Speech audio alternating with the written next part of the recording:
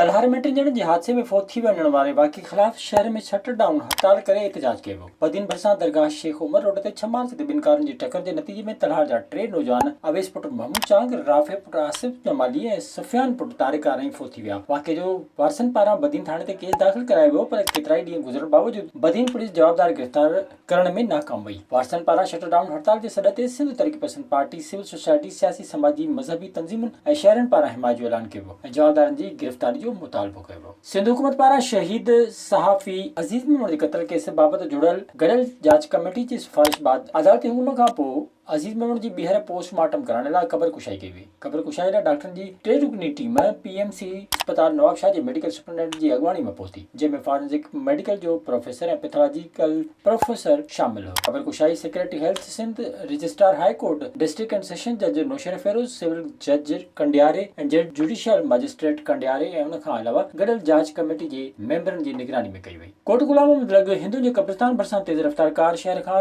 ॻोठ वेंदड़ चुंगची रिक्शा खे ज़ोरदार टक्कर हणी कढियो, जंहिंजे नतीजे में चुंगची रिक्शा में सवार श्रीमती सीता संदसि धीअ 8 वर्षनि जी मुस्कान, प्यारो पुट मेवुभील, रिक्शा ड्राइवर साजन मेघवाड़ सख़्त ज़ख़्मी थी पिया। ज़ख़्मियुनि खे पुलिस ऐं मक़ामी माण्हुनि जी मदद सां तालके अस्पताल कोट गुलाम मोहम्मद पहुचायो वियो, जिते श्रीमती गीता गवारन जी हालत वेतर ख़राब हुअण सबबि डॉक्टरनि पारां खेसि हैदराबाद रेफर कयो वियो। सरवरी जमात जे रूहानी पेशवा मखदूम मोहम्मद जमील ज़मा सां गॾु पहुतो, जिते हुन नंढे आदम में मरहूम अब्दुल्ला वरिया, मुख्तियार शोरे ऐं दिलावर, मोरे में रईस रसूल बख्श मरी, हाजी अल्ताफ़ हुसैन रिंद जे वफ़ात ते पोयरनि सां ताज़ियत कई। जॾहिं त खिपरो लॻ मजनू बंबरो में शहीद थियल मोहम्मद हसन ऐं अहमद बंबरो जे वारसनि सां बि ॾुख वंडियो।